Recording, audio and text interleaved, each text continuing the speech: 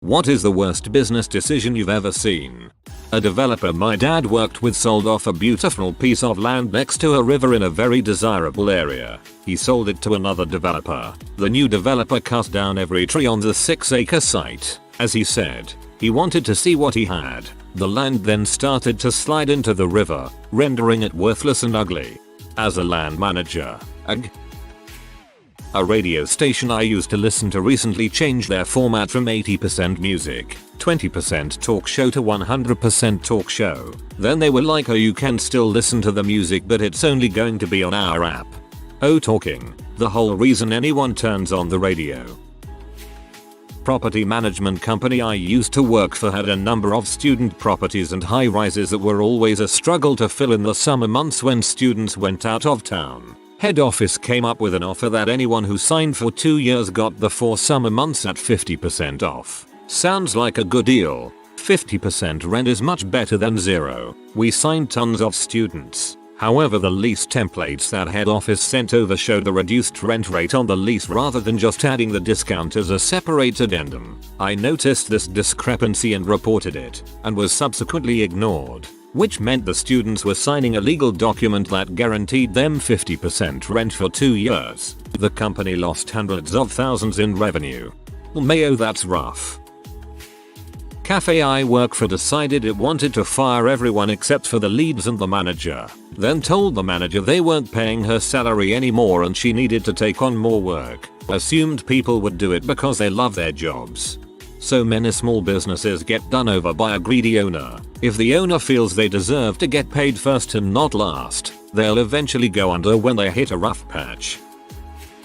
In my hometown there was an independent fast food and homemade ice cream place, long established and run by close friends. It was a goldmine. They decided to sell and retire. New owners immediately changed everything, painted it a wild color, removed some attractions on the grounds, changed the 60-year-old menu and switched to commercially made ice cream. They lasted 8 months. I worked for a design printing place for years, and the owner went from amazing idea to stupid idea on a regular basis. Don't get me wrong, guy is a brilliant designer, totally took advantage of new tech every chance he could and made it work, but he was cheap and greedy, so ruined what would have been lucrative long-term business relationships. So we did this huge order of promo supplies for a fairly big online casino. Huge, for him. About a 20k order, with good margins, and the chance at long-term work with this company. While it was being picked up, on the spur of the moment, he decides to pad the bill by about $200. The guy picking it up was the son of the casino owner, and literally watched the boss do this while I stood at till. The customer looks at me, smiles, and pays the bill with a huge wad of cash, and says, I know it's not your fault, but my family is very wealthy. We didn't get that way letting people rip us off. Tell the boss over in the corner he just fricked himself out of a lot of money because we loved the work, in a voice meant to carry. My boss did this to Google years ago. We sell something they were hoping to use in their data centers. He kept giving them the runaround pricing wise because he could smell the gold. They basically went, frick you, we're Google, and that's the story of why my bonus has been crap for years. This one involves my dad. Back in the 80s he decided he wanted to teach people how to use Lotus 123, Excel, Ms. Word, etc. So he bought a bunch of computers for a classroom, and he wrote interactive learning programs, and printed out manuals and such. Even without advertising, he had people asking to join his class, but he was never quite ready. This Lotus 123 program could use more work. He wasn't ready for a class. This Ms. Word tutorial isn't quite done. The perfectionist in him wouldn't let him expose the less than perfect programs class to people just yet. He turned down paying customers for fear that it wasn't just perfect. He had taken a loan out from a friend to finance this, but never made a dime. He paid the loan back by selling our cottage, something he regrets to this day. And why? Because he was afraid to be flawed. That taught me a lesson though. As the old saying goes, perfect is the enemy of done. He could easily have made money and taught his classes, refining the programs to student feedback. He could have covered deficiencies by teaching in person. He was afraid it wasn't perfect, so it was never done. We don't talk about it, or the cottage that we built together. We had the foundation and structure built by pros, then the whole family pitched in to build the interior when we were teens. It saddens me more because it was what he wanted to do, and he went for it, but not quite. My mom is the same way about not being able to move forward because it's not perfect. It's kind of infuriating, but it did teach me not to be that way in my own life. I worked for a video store during the time Finding Nemo came out on DVD. The video store I worked for got a huge fish tank put inside. It was so big they had to shrink the game rental section. The tank had clownfish in it. The tank was also locked and we couldn't feed the fish or clean it. This was supposed to be done by someone who I never saw come in. So the tank ended up filled with a bunch of dead Nemos in a nasty as frick tank. Needless to say, parents were very unhappy about it. The local paper did a small article about it too, which didn't help an already dying store. I have no idea what they thought an expensive as heck fish tank would do for their business. I call this the 95% method of failing a business. You do everything you need to do, coming up with ideas, securing funding, contacting suppliers, hiring help. Then, when everything is nearing completion, you drop the freaking ball hard. This is very common. Knew this guy who wanted to start his own barbecue and hot sauce line. Here was his process. 1. Get high with buddy and make the decision go into business together. 2. Argue about who should be financing the business. 3. Get a loan from grandma. 4. Order a bunch of bottles. 5. Use a Sharpie and some blank labels to put on the bottles. 6. Fill the bottles with bulk barbecue sauce. 7. Try and sell these to Walmart. 8. Get upset that Walmart won't shelve your sketch sauces. 9. Have several hundred bottles of unsealed product that wasn't prepared hygienically. 10. Try and sell some to your extended family. 11. Get angry with extended family that they don't believe in your dreams of the last 2 weeks. 12. Beg family for money to pay back grandma. Those people in my family usually skip the part where they pretend to try to pay grandma back. There was a Tex-Mex place I loved in Fairbanks, Alaska. The food wasn't great, but it was consistent, and the prices were fair. Well, a new owner came in, and they decided to revamp it into a fine dining steakhouse. $30 was pretty much the lowest cost you could get for an item.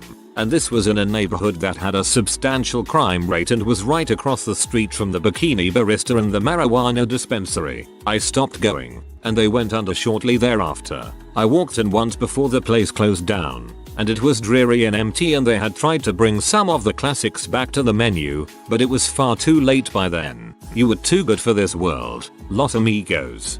I don't know if the weirdest part of that story is the Tex-Mex place in fricking Alaska or the bikini barista. I would like to hear more about fine place. Wait till I come around from the dispensary though.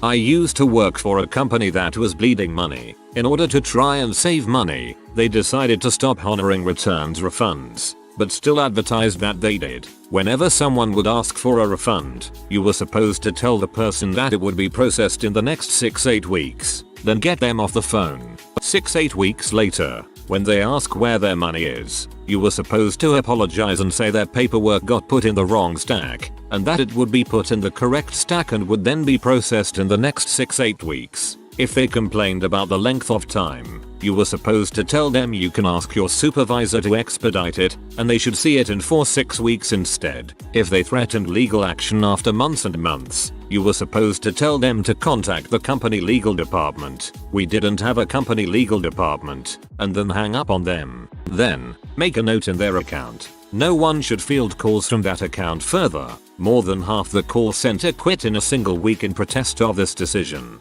Company collapsed in on itself within a few months. There's a word for this. That word is fraud. We had someone putting in a restaurant then kicked the fire marshal out because they didn't like what he said they had to do. They never did open up after building a brand new building.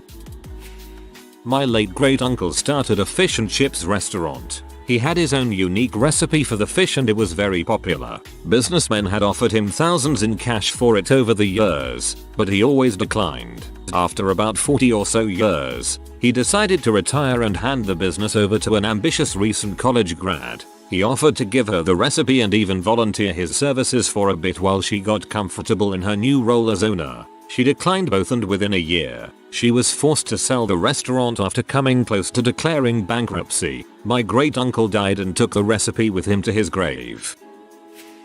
Take a help desk that has been consistently rated extremely well by its customers for their first call resolve, attitude, and helpfulness. Outsource it to a company that's been rated towards the bottom of the list for over a decade because it costs less than the salaries benefits of your former in-house help desk. Then complain when your first call resolve drops through the floor and your customer satisfaction is at an all-time low.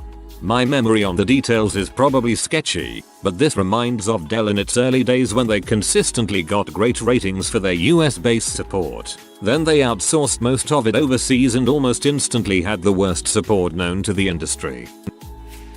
There was a shopping plaza near me with a fairly large gift store, not a gift shop in the museum sense, basically like a Hallmark store but independent. It wasn't exactly bustling, but they apparently did solid business and a lot of people in the community really appreciated having it there as a place to buy gifts and wrapping paper and such. The owners of the shopping plaza raise rents to the point that the shop goes out of business. The reason this was stupid is that the storefront sat vacant for like 15 entire years. Seriously, this place closed when I was a child and I'm now 27 and the vacancy was only taken over very recently. If their goal in raising the rent was to have a more profitable store move into that space, they certainly failed and missed out on decades of rent as a result. Around last year this time of year, I know someone in their early 50s that sold all of their investments at a significant dip from the highs and decided to start producing and selling hand sanitizer in little bottles out of their garage. Seeing it as a big opportunity with the virus, they spent everything on the bottles, labels, plastic drums full of sanitizer, at a huge markup, hiring locals people to fill the bottles and put the labels on, and then a website. By the time they had inventory, they realized that they couldn't compete on price with places like Walmart or other big box stores that had finally caught up to the shortages by midsummer. They also didn't realize that selling on Amazon was gated for that category, so you had no chance of selling through there as a new seller. So now they basically have a garage full of old hand sanitizer and no savings. There's a saying about if you can see the profitability of an opportunity, it's too late to seize it. Forget who it came from though.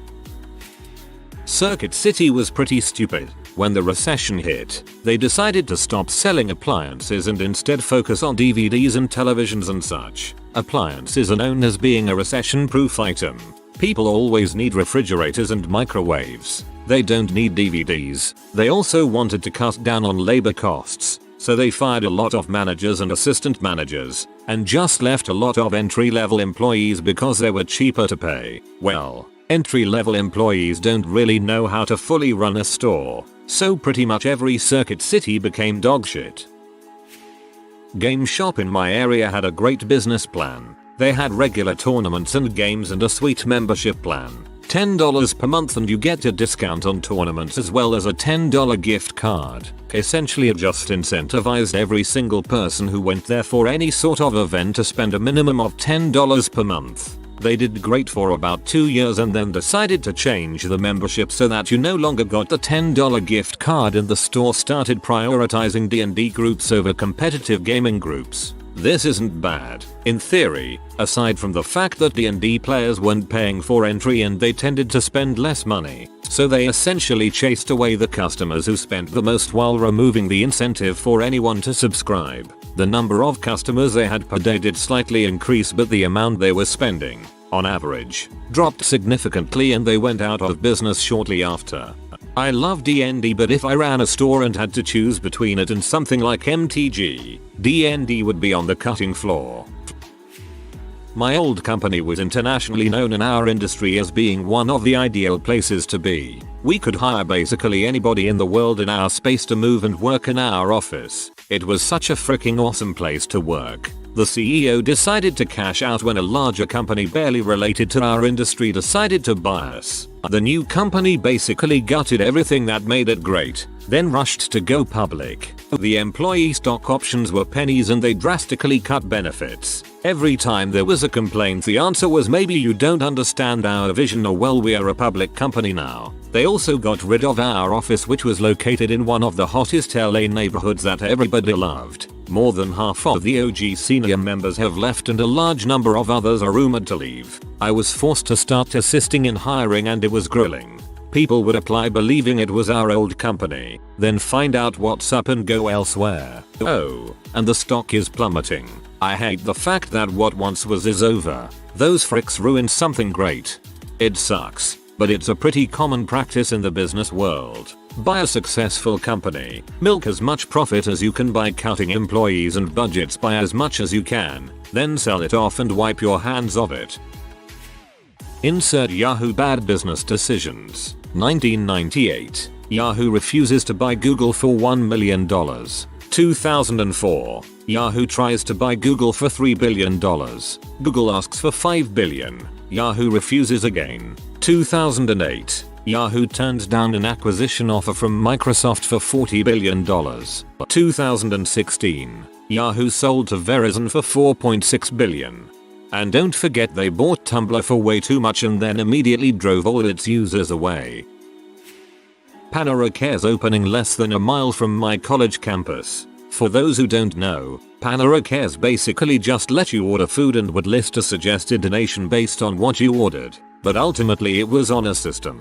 The cashiers would just make change for you so you could put cash in the donation box. If you can't afford a meal, it's fine to not pay, but you are supposed to volunteer to work for 2 hours to cover it. But this isn't actually required. I think generally these things are supposed to be for really affluent neighborhoods where people probably donate even more than is suggested, but students from the college basically turned it into a real-life tragedy of the commons experiment. There was almost never bread available because everyone would just take it. The lines were insane and people would donate like $1 if anything. It closed within a year, lol. There was one a block from my university too, in downtown Boston on top of that. Did not last very long, but it was extremely helpful to college student me while it lasted.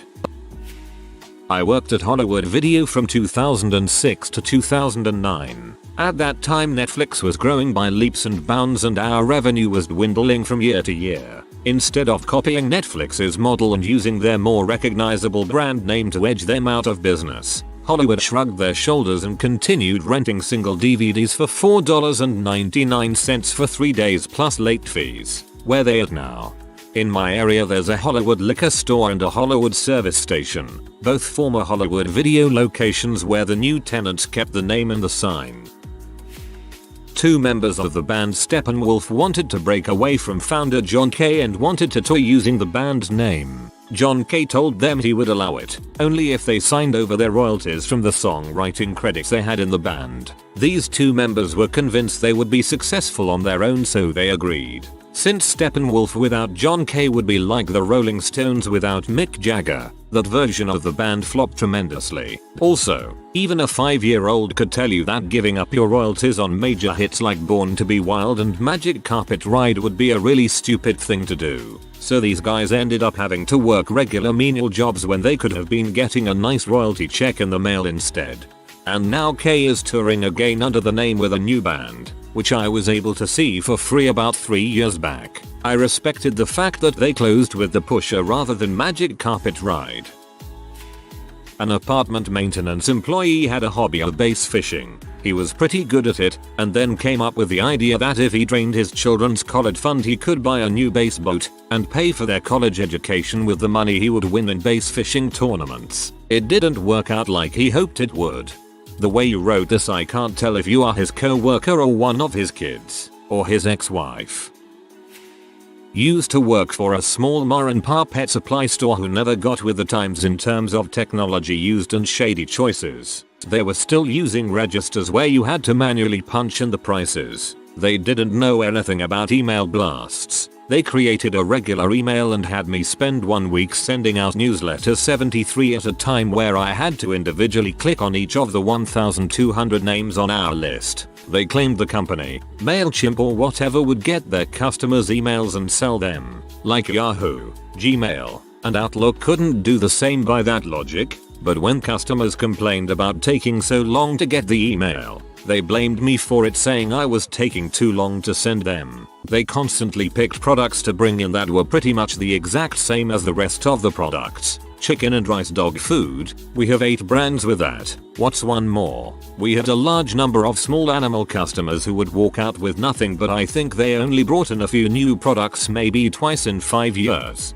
They would lie to vendors saying they sold more than they did to get more reimbursed during sales. They struggled financially but expected me to bring in a bunch of new customers on a budget of $0. They never updated anything. I can guarantee the bathroom had mold behind the paneling. They also treated the feeder mice and rats pretty inhumanely. I mean, I get they are going to be eaten, but there were several times one would get injured and they did nothing for the poor rat. One got its tooth stuck and its face was ripped up pretty badly. They stuck it in another cage isolated with hard pellets. Here it began to starve because it was too painful to eat. Every day I did clean the cages. I would place some pellets in a tiny bit of water to turn it to mush. I offered it to the rat and he scarfed it down. He never bit me, nor did the other rat when I secretly disinfected his ear after it was ripped off by a dominant male. I hated that place but stayed for the animals. When they falsely accused me of assaulting someone but apparently waited 2 months to mention it, I left. I feel bad for the animals who suffer at their incompetent hands.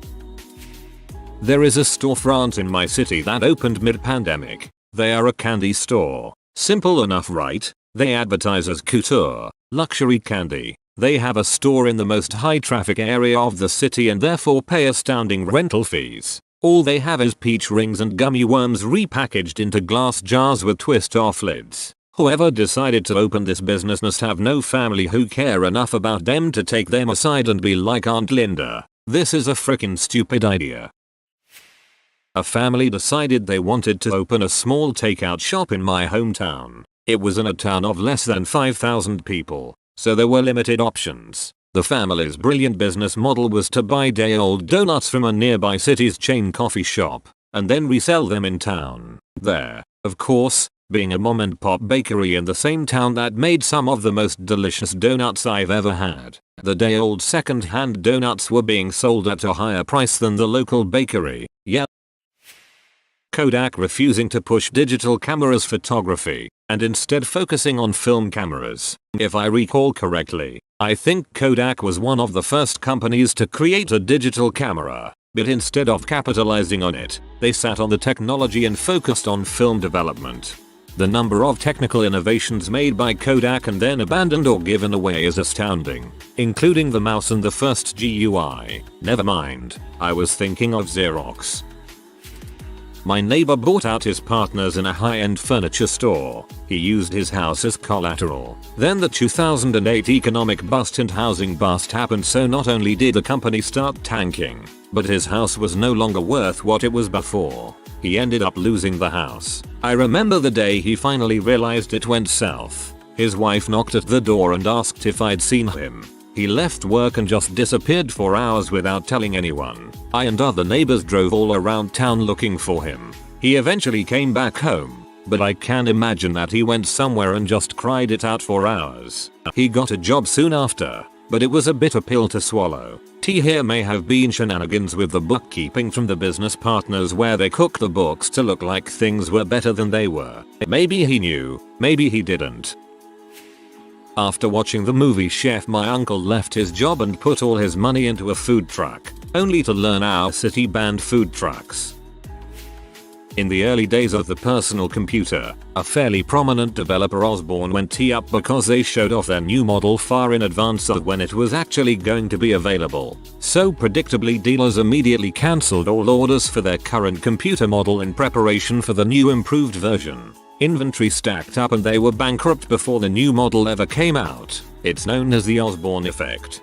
Especially since they were really nowhere close to ready on that new system, so they were relying on revenue from the existing one to fund development on the new one. Cincinnati's deal with the Bengals. It has cost over $1 billion since 2000. It has some of the most ridiculous requires for the city and is widely considered the worst business deal in the history of sports deals. The city hasn't remade anywhere close to $1 billion by having the team, arguably. They've gained nothing. This is all while the Bengals are perennial stinkers. They've made being terrible a lucrative business model. Dig version 4. It killed the site.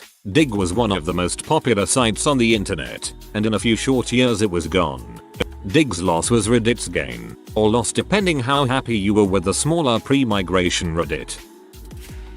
Tumblr banning P was a huge mistake. What turned a relevant and highly profiting social platform into a barely known failure. It was worth more than $1 billion and got sold for $3 million. It took only a year for its traffic to disappear and the worth of the service to lose 99.9% worth. And the bot used to identify P was a hilarious failure, especially since P bots were still prevalent. It basically recognized flesh tones or long shapes. So basically everything got tagged. The actual announcement post, a text post, was tagged as pornographic. It would be funny if it didn't completely destroy the entire website.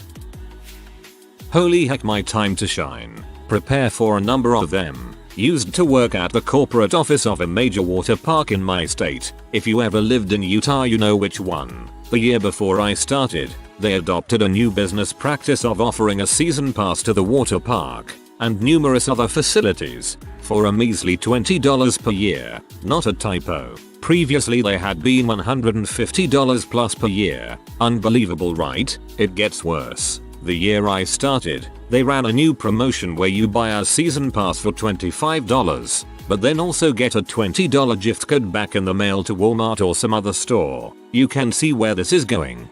2 weeks after I started as a fulfillment specialist, dealing with pass issues, they fired the entire call center staff of 30 plus people, heaping their phone calls and emails onto my fulfillment team of 8. So in addition to all of our work creating and shipping passes, we had to take all customer service calls and emails. It gets worse. For some reason, they thought that it was prudent to wait until we had some large round number, I think either 500 or 1000, passes ready to ship before they would even order the gift cards to send with them, even though there were thousands of passes purchased and pending with this deal. So not only were there massive delays in people getting their passes, sometimes they just wouldn't even get the gift cards either because the season was starting and they demanded their passes now instead of waiting for the gift cards too. So double whammy there. Customers angry about how long it takes to get the season passes and not getting the gift cards. After all this, and firing the call center,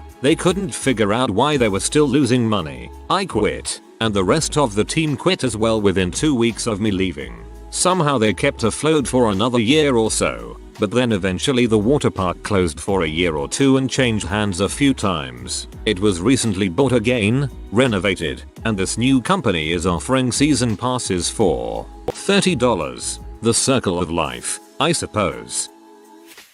If you are new to the channel, you can subscribe. I publish new videos every day. Until then, check another video.